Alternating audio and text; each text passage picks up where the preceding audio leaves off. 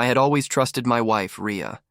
We had been married for over 15 years, shared countless memories, raised a son together, and built a life that, from the outside, seemed enviable. But deep down, I had started sensing cracks, subtle signs that something wasn't right.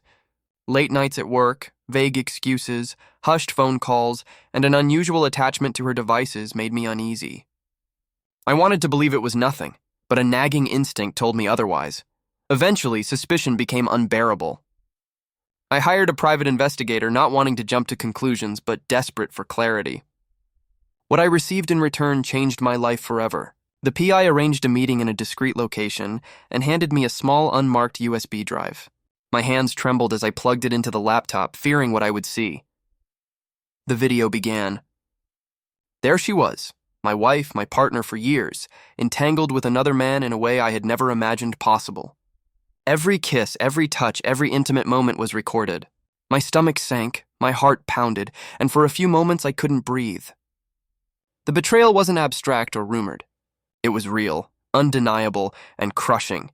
Shock quickly gave way to a simmering rage. I needed proof, I needed control, and most of all, I needed justice. I couldn't confront her blindly. I had to be strategic. I kept the video, documented everything meticulously, and began formulating a plan. But the betrayal ran deeper than infidelity. It called into question everything I had believed about my family, our life, and the child we had raised together. That's when I decided on the ultimate measure, a DNA test. I had suspected for months that something didn't add up biologically. My son, Arav, had features, traits, and behaviors that didn't match mine in subtle but noticeable ways. The betrayal on video made me realize it was time to confirm what I had feared. I arranged for a discreet DNA test, taking precautions to ensure it couldn't be traced back to me prematurely. The results were devastating, but illuminating. Arav was not my biological son. He was the product of my wife's infidelity, a secret she had concealed for years. The shock of betrayal doubled. Not only had she cheated, but she had used my trust to pass another man's child as mine. Every sacrifice, every ounce of love, every investment of time and emotion had been built on a lie. I confronted Rhea with the evidence, the video, the timeline, and the DNA results. Her reaction was a mixture of panic, denial, and desperation. "It's not what it looks like," she tried to explain, but the proof was irrefutable. Years of deceit, manipulation, and betrayal were laid bare in front of her. Divorce proceedings followed quickly. I ensured that she would not benefit from the life we had built together under false pretenses.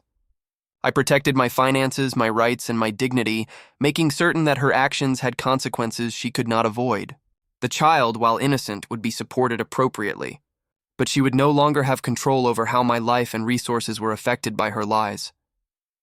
The revenge, I realized, wasn't about cruelty, it was about truth and accountability.